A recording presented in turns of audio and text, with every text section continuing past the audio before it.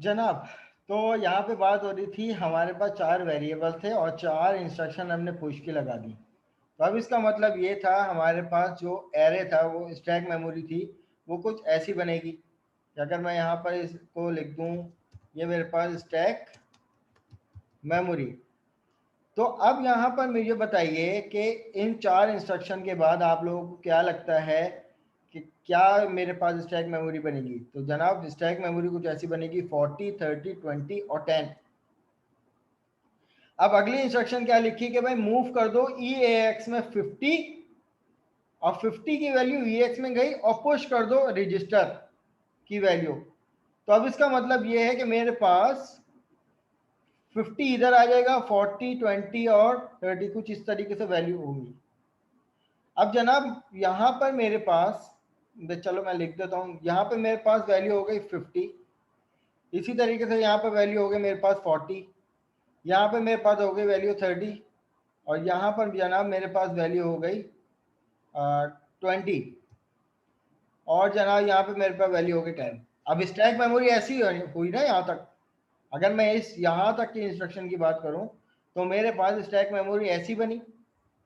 अब मैंने पहली इंस्ट्रक्शन लिखी कि पॉप कर दो EAX में। तो अब इससे क्या बात समझ में आती है, EAX में क्या वैल्यू आएगी। अब यहाँ पर इंस्ट्रक्शन लिखी कि भाई पॉप कर दो EAX में। तो अब मुझे बताओ कि भाई EAX में क्या वैल्यू एक्सपेक्ट करते हो, क्या वैल्यू आएगी।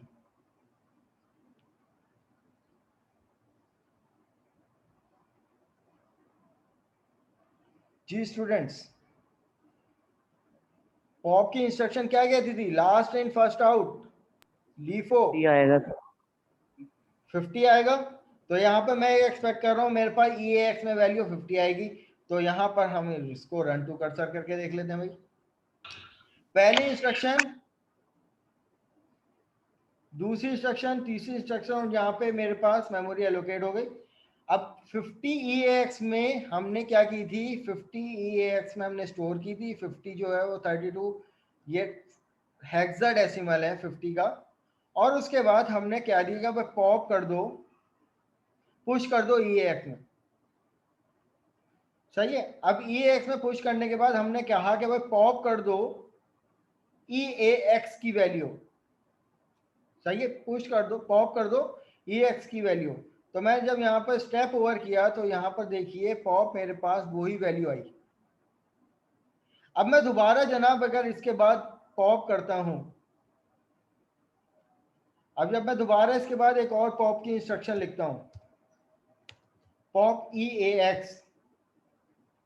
अब जैसे कि हमारे प्रोग्राम में भी यही था कि इन्होंने क्या किया कि भाई पॉप कर दो EAX और प्रिंट करवा दो, फिर नेक्स्ट लाइन का ब्रेक करो, फिर दोबारा इन्होंने कहा कि भाई पॉप करवा दो EAX।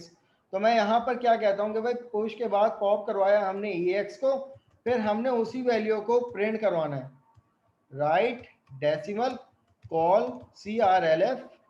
फिर उसके बाद अगली इंस्ट्रक्शन हमने दोबारा पॉप करवाओ EAX में और उसको प्रिंट करवाओ। तो right decimal call CRLF, CRLF। तो अब मुझे बताएं क्या वैल्यू एक्सपेक्ट करते हैं आप, कौन सी दो वैल्यू प्रिंट होंगी स्टूडेंट्स। अब यहाँ पे जो अगली इंस्ट्रक्शन लिखी दोबारा पॉप के बाद, पॉप कर दो EAX में। तो मुझे बताइए कि पॉप में क्या वैल्यू एक्सपेक्ट कर रहे हो आप लोग। 10 और 20। अबे यार नहीं, 40। 40 सही है। क्योंकि देखो ना, अब जब यहां से ये निकल गया, ठीक है, जब यहां से ये वैल्यू यहाँ पर पॉप हो गई, उसके बाद दोबारा पॉप कर रहे हैं, तो भाई लास्ट वैल्यू यहाँ पे पॉप हो चुकी है, उसके बाद लास्ट वैल्यू कौन सी बचती है, 40 वाली। तो यहाँ पे मैं ये एक्सपेक्ट कर रहा हूँ कि भाई मुझे जो है वो 50 और 40 आउटपुट मिलना चाहिए। चलो देखते हैं भाई।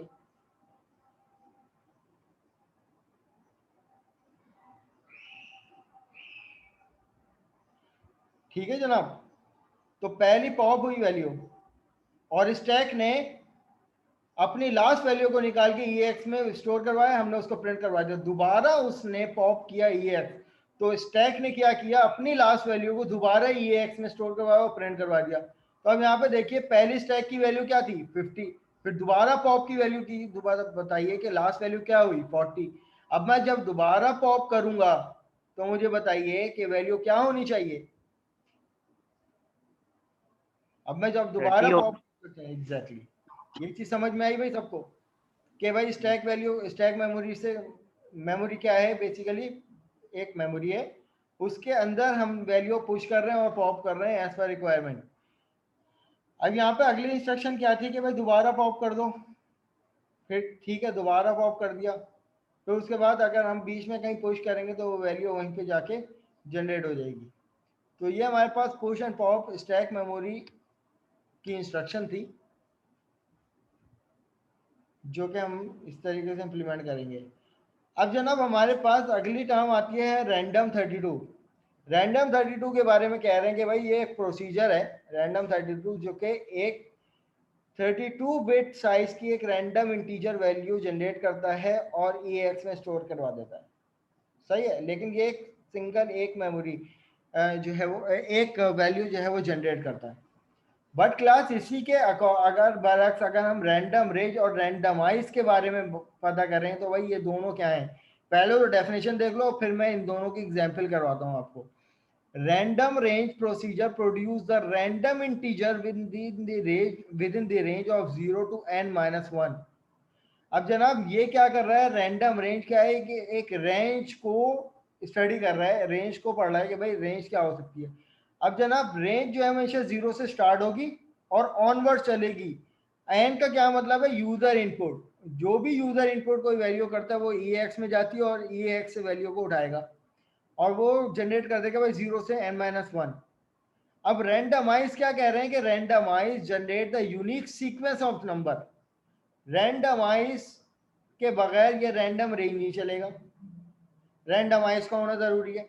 रैंडमाइज क्या करता है, जो सीक्वेंस ये बनाएगा उस सीक्वेंस को ये पढ़ता है। तो randomize generate a unique sequence of the number, you need only call randomize once at the beginning of the program. जनाब मैं इसकी एक एग्जांपल करवाता हूं आप लोगों को, उस एग्जांपल से समझिएगा कि ये दोनों किस तरीके से वर्क कर रहे हैं।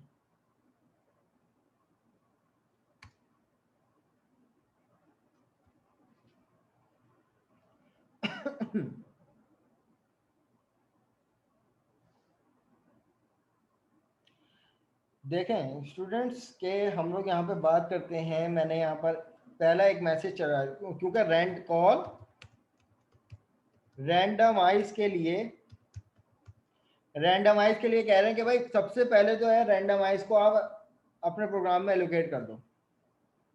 हमने रैंडमाइज कर दिया। अब उसके बाद एक इंस्ट्रक्शन लेते हैं मूव ECX कॉमा 0 कॉमा कह दो कि 10।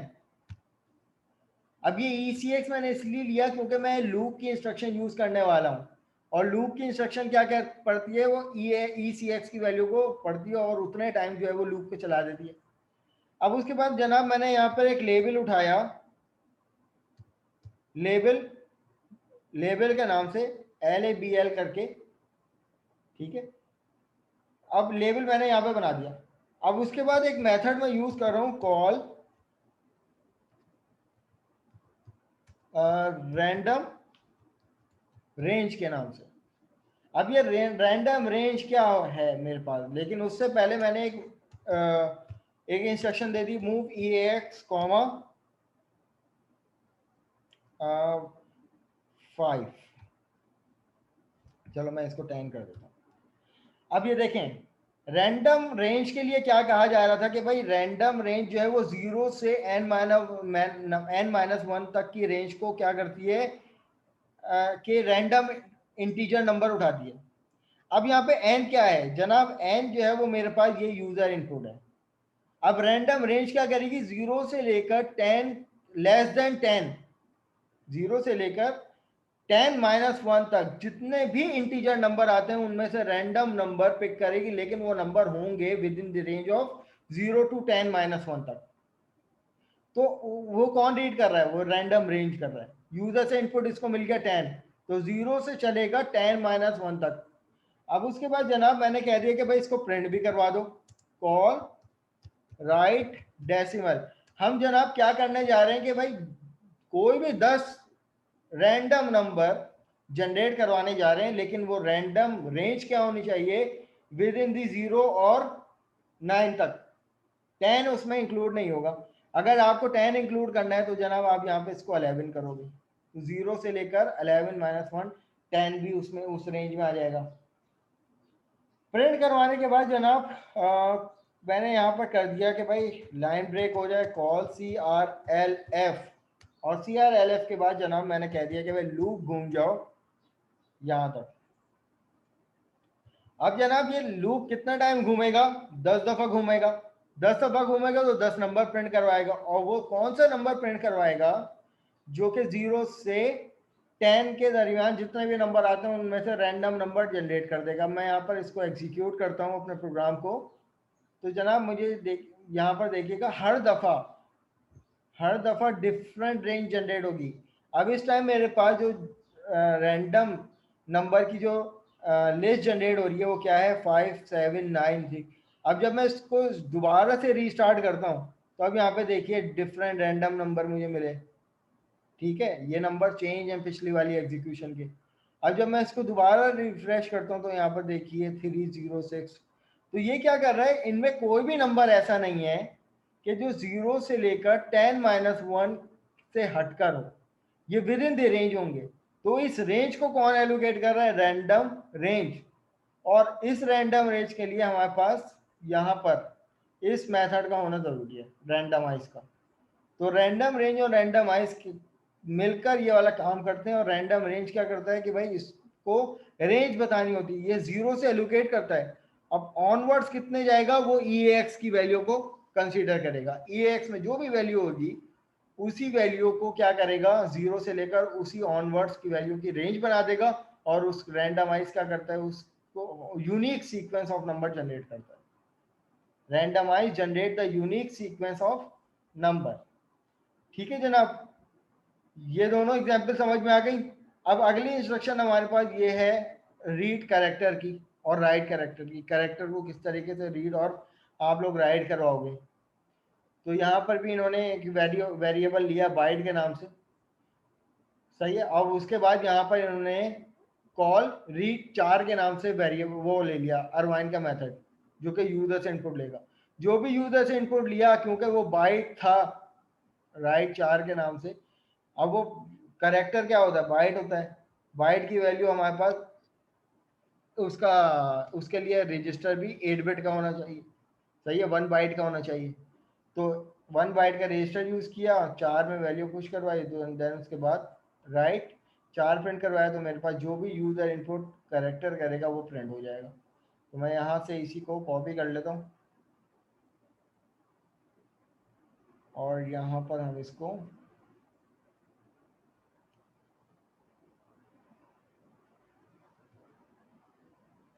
पेस्ट कर लेते हैं।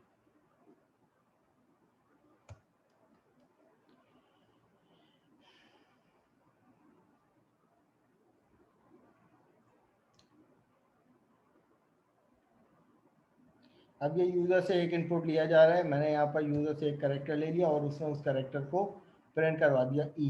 मैंने यहाँ पे ई लिया था, मैंने यहाँ इसको इसने प्रिंट करवा दिया। इसी तरीके से जनाब read hexadecimal, read write hexadecimal, इसी तरीके से जो भी आप यूज़र से इनपुट करोगे हेक्साडेसिमल में वैल्यू जाएगी और आप उसको प्रिंट करवा लो। इंक्रीमेंट डिक्रीमेंट के बारे में भी आप लोगों को पता है कि क्या करता है ये वाला काम, कि भाई इंक्रीमेंट करवाता है वैल्यू को, 1 का डिक्रीमेंट करवाता है। एक्सचेंज का कीवर्ड जो है ये इंपॉर्टेंट है। इससे हम लोग क्या कर सकते हैं जनाब, ये दो वेरिएबल या दो रजिस्टर की वैल्यू को आपस में स्वैप करता है बेसिकली। अब इसकी स्वैपिंग की मैं एग्जांपल आप लोगों को करवाता हूँ एक्सचेंज के ऑपरेटर को यूज करते हुए जनाब। तो मैं यहाँ पर इसको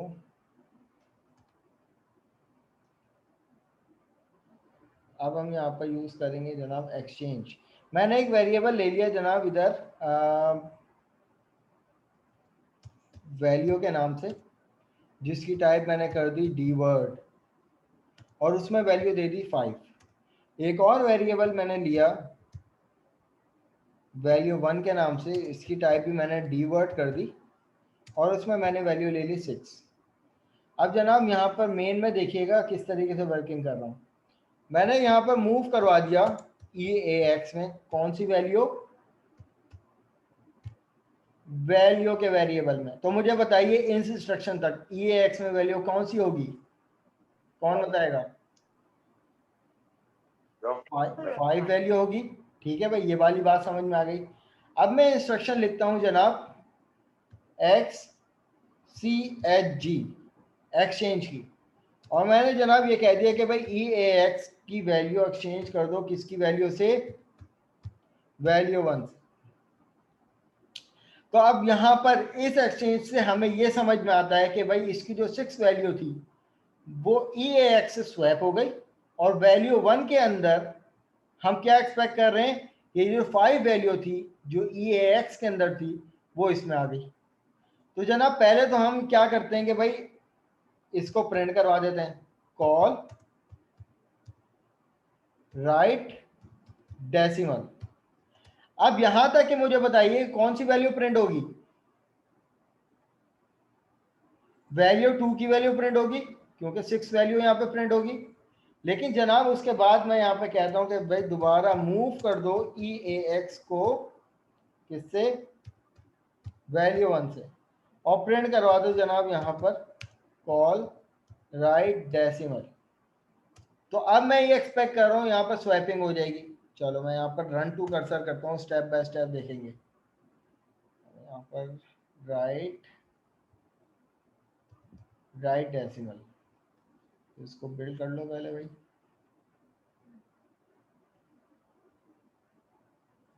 ठीक है जनाब। अब ये स्वैपिंग कहाँ काम आती है, ये सॉर्टिंग में काम आती है। तो मैं यहाँ पे इसको रन टू कर्सर करता हूँ, स्टेप बाय स्टेप एग्जीक्यूशन को देखेंगे। वैल्यू के वेरिएबल में 5 स्टोर है, वैल्यू 1 के वेरिएबल में 6 स्टोर है, और जनाब यहाँ पर अब यहाँ पर हमारे पास क्या है कि भाई हमने पहले इंस्ट्रक्शन लिख दी कि वैल्यू की जो 5 वैल्यू है वो EAX में स्टोर कर दो। तो EAX में 5 वैल्यू आ गई। अब यहाँ पर एक्सचेंज कर रहे हैं किसकी वैल्यू के साथ, जो EAX में जो 5 वैल्यू है वो वैल्यू में चले जाए, और वैल्यू की जो 6 वैल्यू है वो EAX में चले जाए। तो यहाँ पर मैंने एक्सचेंज कर दिया, फिर स्वैपिंग कर दी। स्वैपिंग करने के बाद क्या हुआ, EAX की वैल्यू क्या हो गई, 6 हो गई, और यहाँ पर जनाब प्रिंट हो गई। अब ये 6 वैल्यू हमें यहाँ पर प्रिंट हो गई।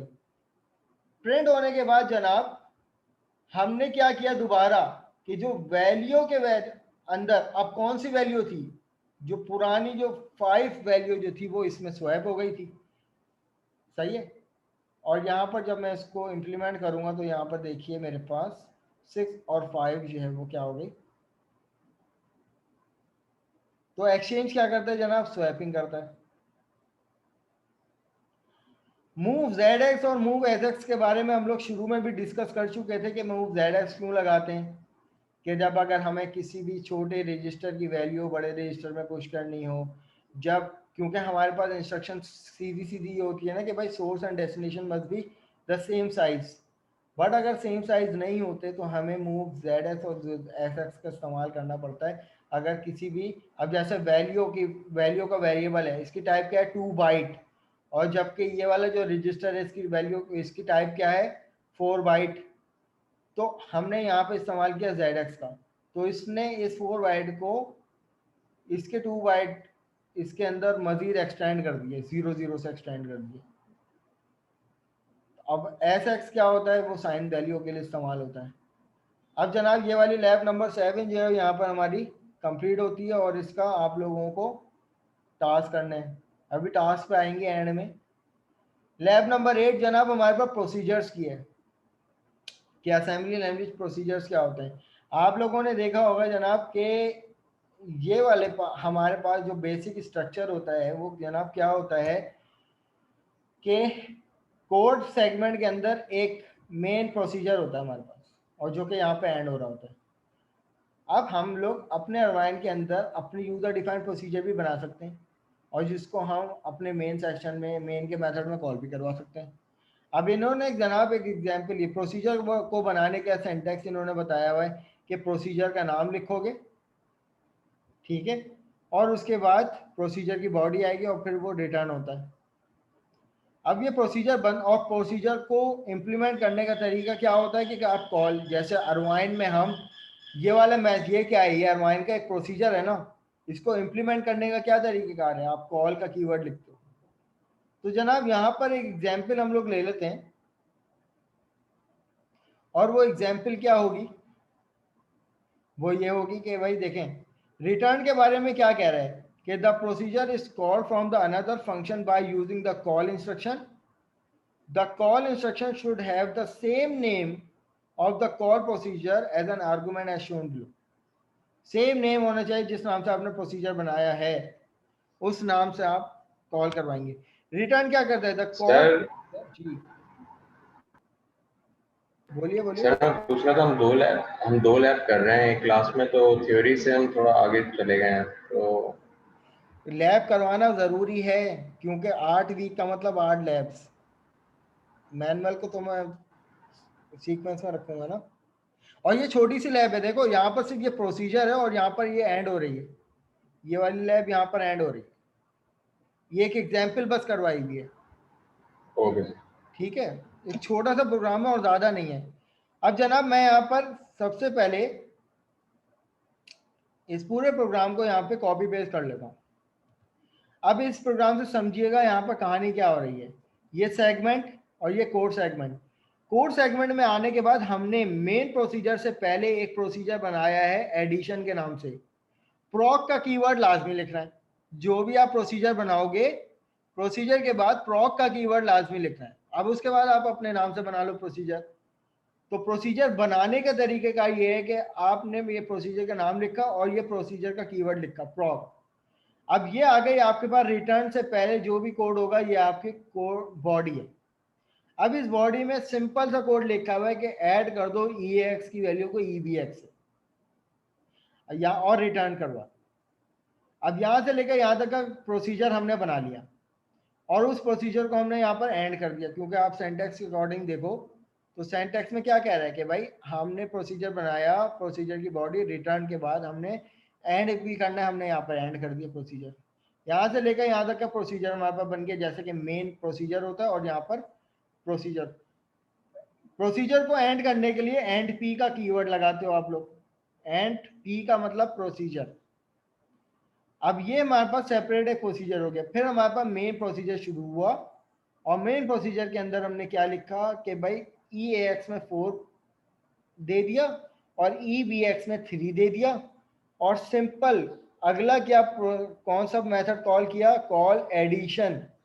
तो कंपाइलर कहाँ चले जाएगा, यहाँ पर चले जाएगा, इस मेथड के अंदर जाकर इसकी बॉडी को, ये वाली बॉडी को रन करवा देगा। तो मुझे बताइए कि ये एडिशन जो है वो मेथड क्या काम कर रहा है, इन दोनों वैल्यू को क्या करवा देगा, ऐड करवा देगा प्रिंट, और फिर ऐड करवा के रिटर्न करवा देगा।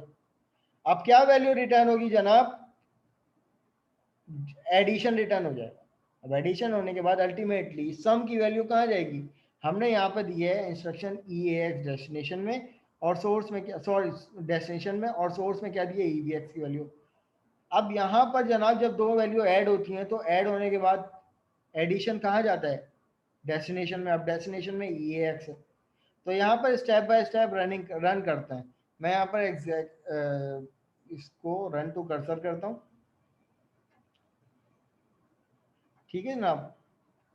तो यहाँ पर देखिए मेन प्रोसीजर चला सबसे पहले जनाब, हाँ मैं लिख रहा हूँ, मैं बता रहा हूँ, इस पे आ रहा हूँ अभी, ठीक है।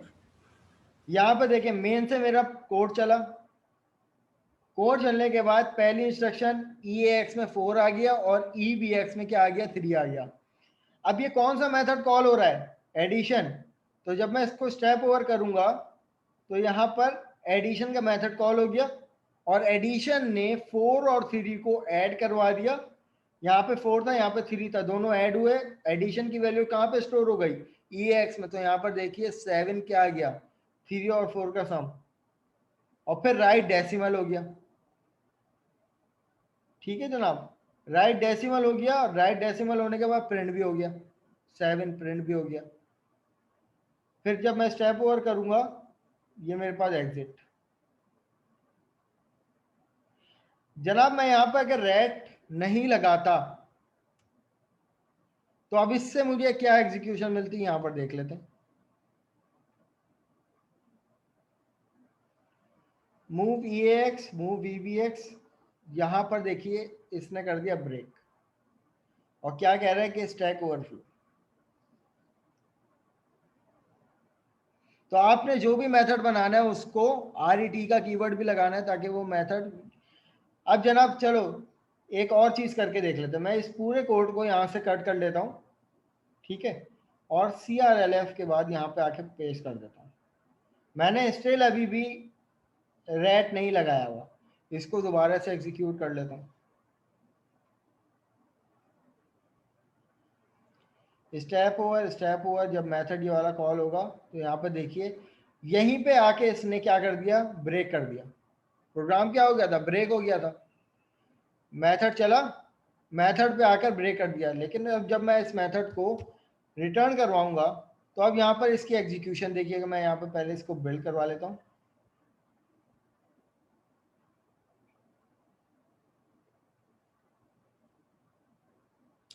ठीक है, अब मैं यहाँ पर इसको सॉरी यहाँ पर इसको ये करवाना, रन टू कर स्टेप ओवर कॉल का मेथड चला, कॉल के मेथड ने क्या करवा दिया, दोनों को सम करवा दिया, रिटर्न करवा दिया, और देन उसके बाद प्रिंट करवा दिया।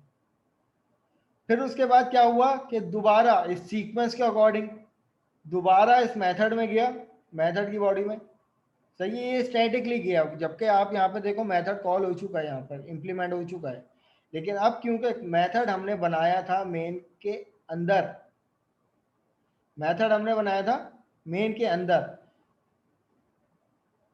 तो यहाँ पर उसी सीक्वेंस के अकॉर्डिंग यहाँ पर वैल्यू क्या कर दी, जो 7 में भी मजीद 3 को ऐड करवा दिया और उसको 11 बना दिया। 11 हेक्साडेसिमल में क्या होता है, A होता है। और उसके बाद यहाँ पर इसको प्रोग्राम को मेरा एंड कर दिया। जनाब एक तरीका ये है कि मैं यहाँ से इसी कोड को कट करता हूँ और इधर आकर पेस्ट कर देता हूँ। तो अब दोबारा से इसकी एग्जीक्यूशन देख लेते हैं क्या होती है।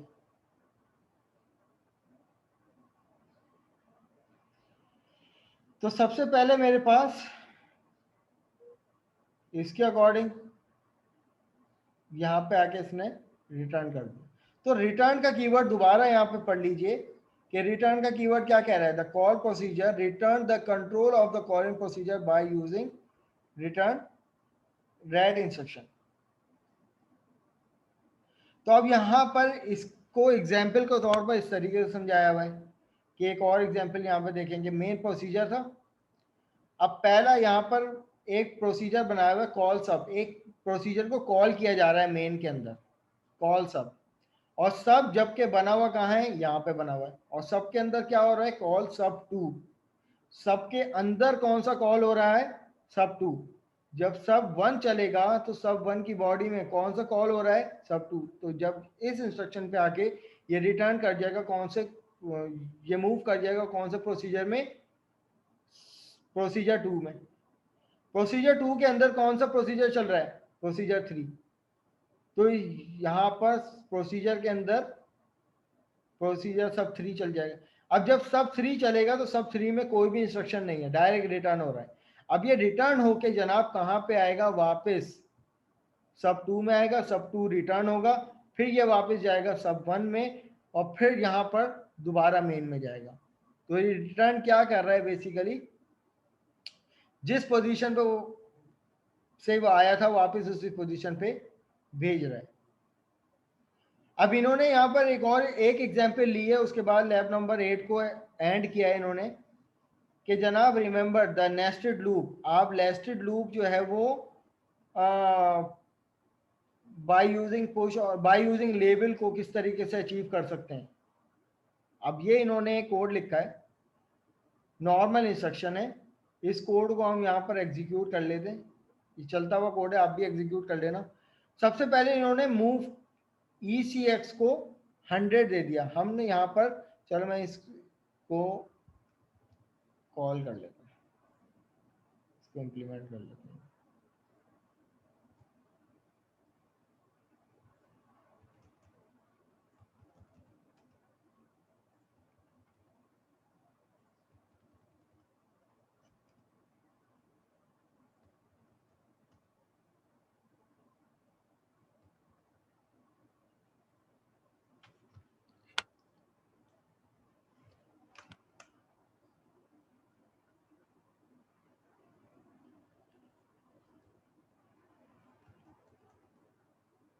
हर इंस्ट्रक्शन में जनाब कमेंट आउट हुआ हुआ है। यहाँ पर देखो कि मैं यहाँ पर इसको करता हूँ 5 नॉट 10 और इसको करता हूँ 2। अब इस चीज से समझने की कोशिश कीजिएगा कि अब ECX में वैल्यू है 5 और पहला लेबल लगा हुआ है, और पहला लेबल कहाँ पे लूप हो रहा है ये, तो इसका मतलब ये वाला लूप जो है वो किसको रीड करेगा, इसको रीड करेगा 5। और उसके बाद पुश की इंस्ट्रक्शन यूज हो रही है, फिर लेबल 2 बना हुआ और लेबल 2, इसके बाद CX की वैल्यू 2 दी हुई है और लेबल 2 चल रहा है। अब ये कितनी दफा चलेगा, 2 टाइम चलेगा। तो यहाँ पे देखिए एक लेबल के अंदर दूसरा लेबल बनाया हुआ है और एक लेबल की आइट्रेशन के अंदर पूरा लूप जो है वो कंप्लीट हो रहा है।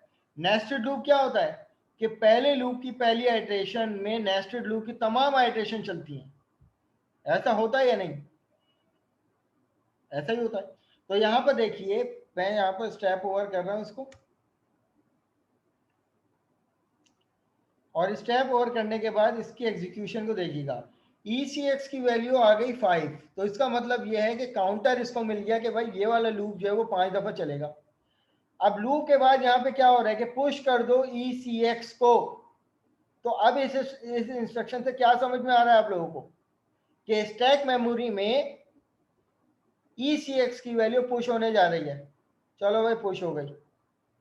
पुश होने के बाद अब यहाँ पर ECX की वैल्यू स्टैक मेमोरी में जाके सेव हो चुकी है। तो सेव टू, यहाँ पे लिखा हुआ है set outer loop count begin outer loop. अब उसके बाद पुश कर दिया save outer loop count, memory में ECX की वैल्यू स्टोर करवा दी। अब उसके बाद कह रहे हैं कि भाई ECX में 2 स्टोर करवा दो, और ये वाला लूप जो है वो कितने टाइम चलेगा। अब मुझे बताइए ये वाला लूप यहाँ तक की ये वाली बॉडी कितने टाइम चलेगी। Begin the inner loop 2 time चलना चाहिए, पहला चला दूसरा चला, 2 दफा चल गया तो यहाँ पर एक वैल्यू डिक्रीमेंट हो गई थी। अब ये वैल्यू 2 से क्या हो गई, 0 हो गई। अब उसने क्या कहा, क्या पॉप कर दो ECX की वैल्यू। अब स्टैक मेमोरी में कौन सी वैल्यू थी, 5, तो उसने पॉप करवा दिया 5 की वैल्यू। अब ECX के अंदर कौन सी वैल्यू आ गई, वापस 5 की वैल्यू आ गई।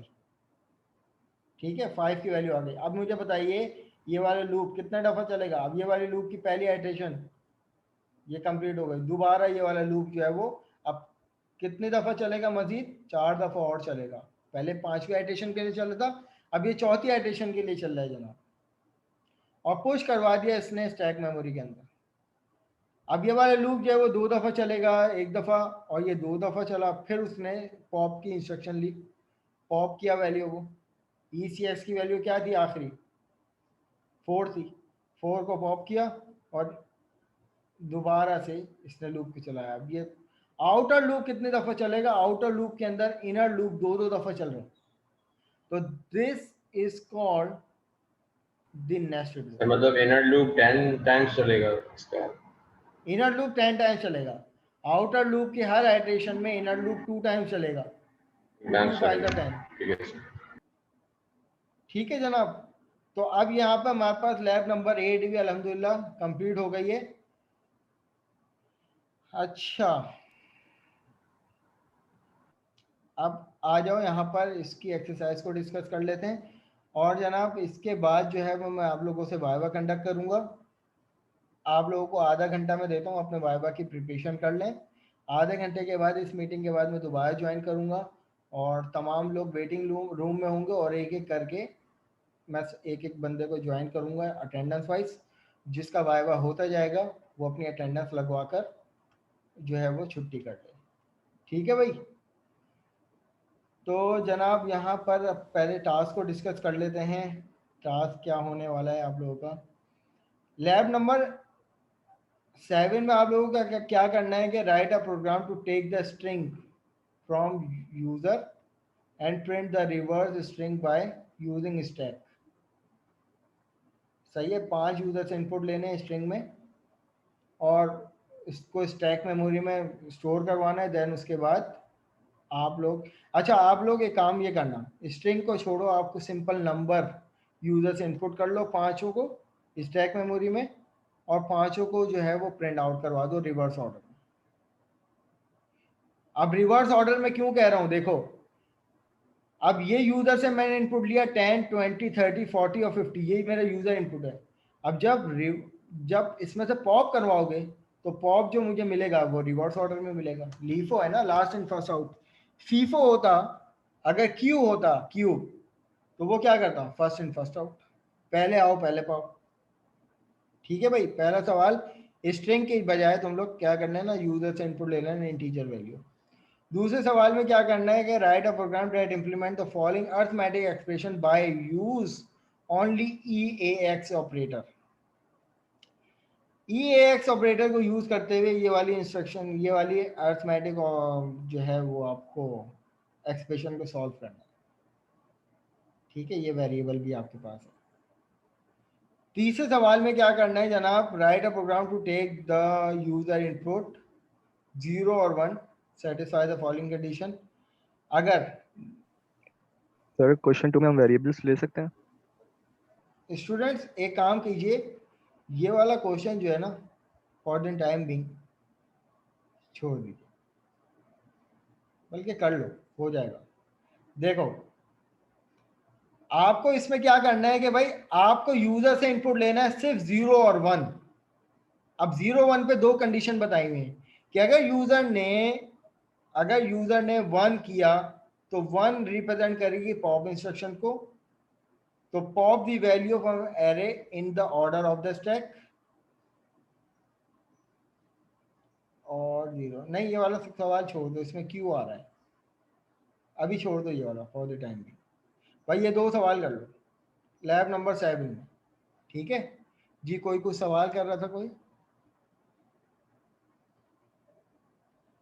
सर मैं पूछ रहा हूँ अभी होगा वाइवा, तो सर वो लैब नंबर 1 से 8 तक? 8 तक होगा। Okay sir. अच्छा अब यहाँ पर जनाब हमारे पास लैब नंबर 8 की एक्सरसाइज में आपको क्या करना है, इसका ये वाला चलो सॉर्टिंग एल्गोरिथम है, कर लो। ये एक सॉर्टिंग एल्गोरिथम है, आपको इसका असेंबली कोड करना है। ठीक है, और write a program that assembly to count the frequency each element of an array, write a program to separate the event. ये क्वेश्चन नंबर 2 छोड़ देना, क्वेश्चन नंबर 3 कर लो। ये 2 क्वेश्चन कर लो इसमें से, क्वेश्चन नंबर 1 और क्वेश्चन नंबर 3 के write assembly program to separate even और ऑड। एक एरे बना लो और उसमें से इवन और ऑड नंबर को क्या कर लो, फैच आउट करके मुझे दिखा दो। ठीक है जनाब, यहाँ तक के कोई कंफ्यूजन है तो पूछें। लेस देन अ मिनट मेरी मीटिंग रह गई है, इसके बाद आप लोग हाफ आवर की ब्रेक ले लें और फिर ब्रेक के बाद हम लोग अपना वाइवा सेशन कंडक्ट करें।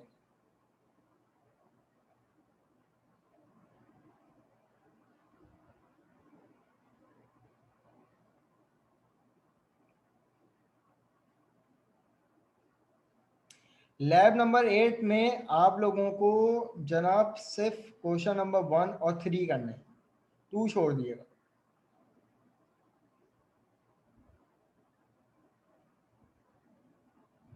अच्छा स्टूडेंट्स एक बात मैं तो बता दूं, माइक सबके पास अवेलेबल होना चाहिए। चैट पे वाइवा नहीं लूंगा मैं, वाइवा होगा ही नहीं उसका। फिर माइक हैंड फ्री खरीदो, कुछ भी करो लेकिन वाइवा जो है वो मैं वॉइस सर अवेलेबल। हाँ बस सही है, अच्छी बात है, सबके पास होना चाहिए।